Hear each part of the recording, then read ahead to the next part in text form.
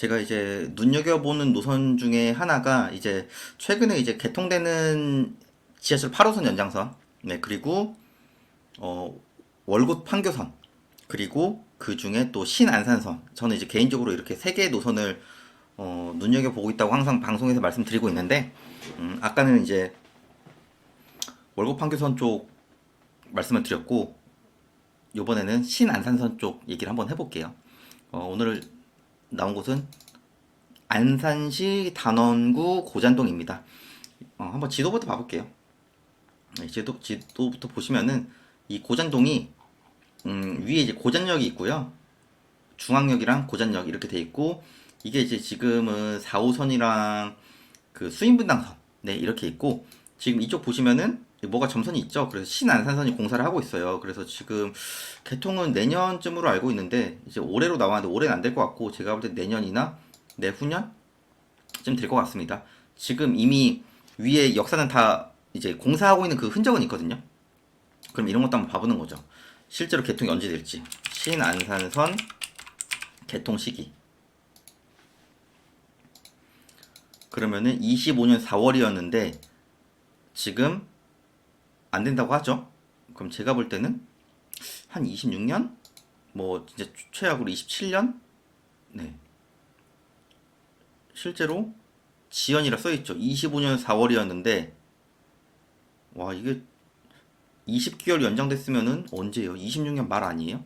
자, 이런 예 생각보다 많이 늦어졌네요. 그러면 지금 기준으로도 한 2년 반 정도, 네, 그 정도 걸리죠. 네, 그래서 이 위치로 봤을 때는 괜찮다. 그리고 그러니까 괜찮다는 조건이 신안산선 노선을 보시면은 자 노선도 한번 봐볼게요. 신안산선 노선도. 신안산선 노선도를 이렇게 보시면은 자 이쪽이 이제 한양대역에서 호수, 중앙, 성포, 그래서 시흥, 목감, 광명, 독산, 구디, 신풍, 여의도. 자, 그럼 여기에 일자리가 뭐가 있죠? 여의도, 구디, 예, 이렇게 있죠. 그리고 광명역에서 1호선도 있고 월곶 판교선도 있고 그러면 월판선으로 갈아타서 판교까지도 갈 수 있죠. 그래서 이쪽 보시면은 그쵸. 이렇게 해서 광명역에서 갈아탈 수 있고, 구디가디를 가면 2호선이 있고, 여의도를 가면 5호선, 9호선, GTX 뭐 이렇게 나오기 때문에 결론적으로는 안산 쪽의 단점이 현재로서는 서울 접근성까지가 좀 힘들거든요. 네, 상당히 오래 걸려요. 지금 출퇴근 하시는 분들 아시겠지만. 근데 이 아파트 같은 경우에는 앞에 뭐가 들어오죠? 호수역, 초역세권이죠. 예, 그리고 이쪽으로 해서 이제 백화점도 있고, 이쪽 이제 홈플러스도 있고, 이제 학원 쪽도 이렇게 많이 있거든요.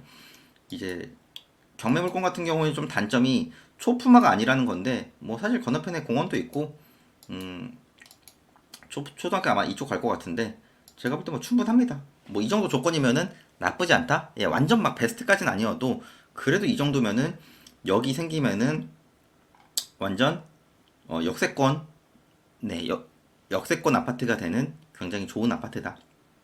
근데 신안산선이 생각보다 개통이 너무 많이 늦어졌다. 아직 2년 반 정도 남았다. 그게 상당히 조금 아쉬운 부분입니다.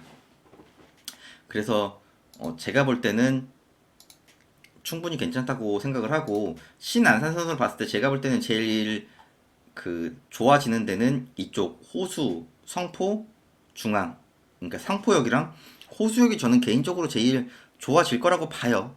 예. 그리고 목감지구도 지금 사실 아무것도 없다 보니까. 그래서 지하철이 없는 목감, 성포, 호수 이쪽이 저는 더 좋아질 거라고 생각을 합니다. 경매물건을 보시면은 5층이고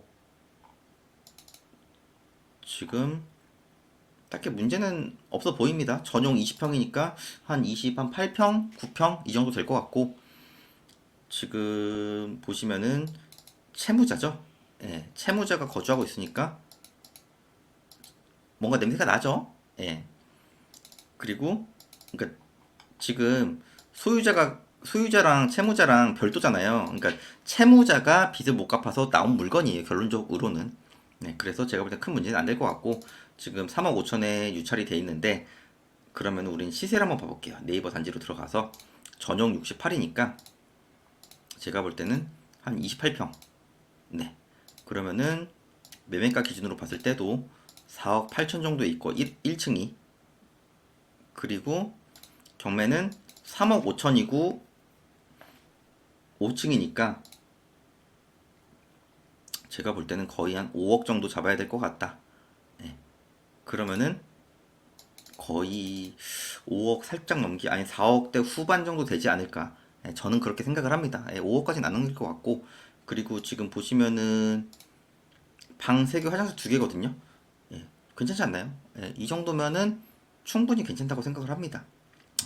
그래서 세대수가 살짝 작은 게 아쉽긴 한데, 이 정도면은 여러 가지 조건상 저는 뭐 역세권도 되고, 여기 한번 학교로 봐볼까요? 학군지 정보 보면은 슬기초라고 나오죠? 그럼 슬기초가, 여기 있네요. 네. 이쪽으로 가는 거죠, 슬기초로. 그럼 제가 볼 땐 이 횡단보도 한 번만 건너면 되니까, 지금 경매 물건이 108동. 네, 여기죠. 그럼 이렇게 횡단보도 한 번만 건너면 되니까 제가 또 나쁘지 않다라고 생각을 합니다. 그리고 이쪽이 이제 학원이 이렇게 형성이 돼 있기 때문에 지금 기준으로도 인프라라든가 이런 거는 뭐 충분히 괜찮다고 보고, 가격도 방 3개, 화장실 2개가 지금 4억대 정도면은 저는 괜찮다고 보거든요. 다른 분들은 뭐 어떻게 생각할지 모르시겠지만은 이것도 지금 시세가 많이 올랐을 때는 5억 5천, 최고가 기준으로도 5억 5천까지 갔네요. 그러면 제가 볼 때 많이 회복은 한 상태거든요. 33평 보면은 33평이 한 6억까지 갔었고, 지금 많이 그래도 시세가 회복은 됐죠. 어느 정도는. 그래서 내 집 마련을 하면서 살다 보면은 이거 이제 2년 남았잖아요. 2년 반 정도. 그러면은 내 집 마련 하다 보면은 뭐 지하철로 개통되지 않겠습니까? 예. 그래서 좀 앞으로 더 좋아질 만한 곳 중에 하나가, 저는 안산 쪽에서도 신안산선 예정지라고 생각을 하고, 그럼 이쪽 호수역이랑 이 위에 쪽 보면 이 성포 있거든요. 성포? 월피.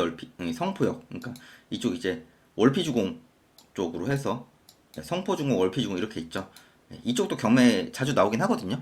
그래서 이쪽도 제가 경매 방송하면서 몇 번 소개는 시켜드렸을 거예요. 그래서 이쪽도 한번 눈여겨보시고, 그리고 쭉 올라가시면은 이쪽에 목감지구 있어요. 네, 이쪽에. 그래서 목감도 지나가다 보면 막 공사 막 하고 있더라고요. 그래서 이쪽이 사실 서울 나가기 좀 애매해서 여기도 이제 더 많이 좋아질 거고. 예. 근데 저는 개인적으로는 이렇게 아파트 밀집 지역을 좀 좋아하는 편이기 때문에 성포나 아니면은 이 호수역, 뭐 이쪽도 나쁘지 않고요. 이쪽이 경매가 계속 나오고 있거든요. 그래서 내 집 마련을 앞으로 조금 더 값어 가치가 많이 오를 만한 곳, 그리고 여러 가지 인프라도 좀 누릴 수 만한 곳, 네, 이런 것 중에 하나가 저는 이쪽 호수역 인근이 될 거라고 생각을 하고, 지금도 충분히 이쪽에 사람 많거든요. 이쪽 가보시면은 여기가 아울렛도 있고 홈플도 있고 건너편 백화점도 있고 이쪽 뭐 대학병원도 있고, 인프라는 전반적으로 굉장히 좋습니다. 제가 볼 땐 괜찮아요. 네. 그리고 내 집 마련을 이 정도 4억대 금액으로 하기에는 이 정도 위치면은 충분하다. 네, 저는 그렇게 생각하니까요. 이것도 원리금 같은 것도 한번 다른 부수입으로 갚으실 생각을 좀 하시면은 제가 볼 때는 괜찮지 않을까. 이런 거 5억에 낙찰받아서 한 3억 한 5천 정도 대출 받으면은 원리금 계산해볼까요? 원리금 균등 상환 계산기 뭐 3억 5천 얘기하면 굉장히 언제가 퍼 이러는데, 30년으로 해서 그냥 4% 167만 원, 관리비까지 하면 거의 한 190 나오죠. 저라면은 200만 원까지 어떻게든 만들어 가지고 갚을 겁니다. 부수입을. 그러니까 맞벌이 부부들은 맞벌이 그 직장 다니기 얼마나 힘드세요. 그러니까 그거는 주거 이런 비용으로 저는 안 쓰고, 저라면은 퇴근 후에 열심히 해서 거의 200만 원 정도는 만들 것 같아요. 그래서 부수입으로 다 갚겠습니다. 저라면은. 그리고 조금씩 최대한 빨리 갚겠죠. 그러니까 내 집 마련도 중요하지만은 내 집 마련을 하고 어떤 식으로 이제 좀 더 자산 형성을 할 건지 이런 방향성도 중요하거든요. 그래서 좀 그런 방향성도 좀 제대로 방향성을 잡으셔서 정 모르겠으면은 내가 개인적으로 알고 있는 경험자들을 좀 쫓아다니시던가 아니면은 내가 모르면은 공부를 하든 아니면은 뭐 유료 강의를 듣든 아니면은 운 좋게 내 주위에 실력자가 있으면 그분께 밥 한번 사든 그런 식으로 접근을 해가지고 좀 이참에 내 집 마련도 좀 해보세요. 아니면은 난 1주택이다. 그럼 2주택 정도까지는 괜찮잖아요. 이런 거 2주택 가져도 괜찮거든요.